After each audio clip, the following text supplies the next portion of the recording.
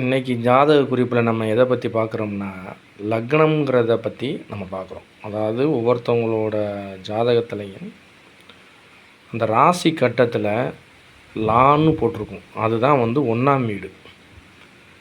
இந்த 1ஆம் வீடுங்கிறது தான் லக்னம். லக்னம்னா என்ன? உயிர். அதாவது நம்ம இந்த பூமியில் தோன்றும்போது நம்ம எத்தனை மணிக்கு எந்த லக்னத்தில் பிறக்கிறோம் அப்படிங்கிறது தான் லக்னம்னு சொல்கிறது. லக்னம்ங்கிறது வந்து ஒரு உயிர்.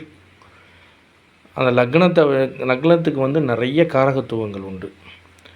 அதில் முக்கியமாக சொல்லக்கூடியது வந்து லக்னாதிபதி வச்சு தான் வந்து ஒருத்தர் எப்படி இருக்கிறாரு, அந்த லக்னாதிபதி எப்படி இருக்கிறாரு, லக்னாதிபதியை எந்தெந்த கோள்கள் வந்து பார்க்குது, லக்னாதிபதி நல்லா இருக்கிறாரா இல்லை நீசமாக இருக்கிறாரா, இல்லை லக்னாதிபதி வந்து உச்சமாக இருக்கிறாரா, லக்னாதிபதியோட எந்தெந்த கிரகங்கள் சேர்ந்துருக்கு அப்படிங்கிறத பார்த்து தான் ஒரு லக்னாதிபதி அதாவது பிறந்த ஒரு ஜாதகர் வந்து கடைசி வரைக்கும் அவரோட ஆயுள், அவரோட உயிர், அவரோட உடல் அமைப்பு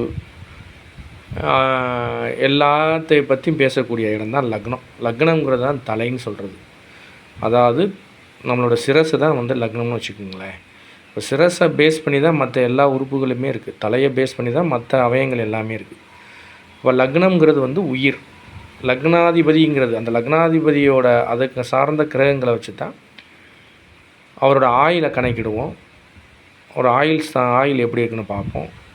அவர் எப்படி ஸ்திரமாக இருக்கிறாரா இல்லை ஊனமாக இருக்கிறாரா, இல்லை உடல் அவயங்களில் எதுவும் குறைபாடுகள் இருக்கா, இதெல்லாம் எப்படி கண்டுபிடிக்கணும்னா லக்னத்தை வச்சு லக்னாதிபதியை வச்சு அவர் எந்தெந்த கோள்களோடு சேர்ந்துருக்கிறாரு, எங்கே எப்படி இருக்கிறாருன்னு பற்றி பேசுகிறது தான் லக்னஸ்தானம்னு சொல்கிறது. லக்னங்கிறது வந்து முதல் வீடு, அதுதான் 1ஆம் வீடுன்னு சொல்லக்கூடியது. அதை வச்சு தான் நம்ம வந்து மெயினாக பார்ப்போம் லக்னாதிபதி. சரிங்களா? அப்போ லக்னங்கிறது என்ன? உயிர், உடல். இதை பற்றி பேசக்கூடிய இடம். அவர் எப்படி இருப்பாருன்னு கணிக்கக்கூடிய இடம் தான் லக்னம்.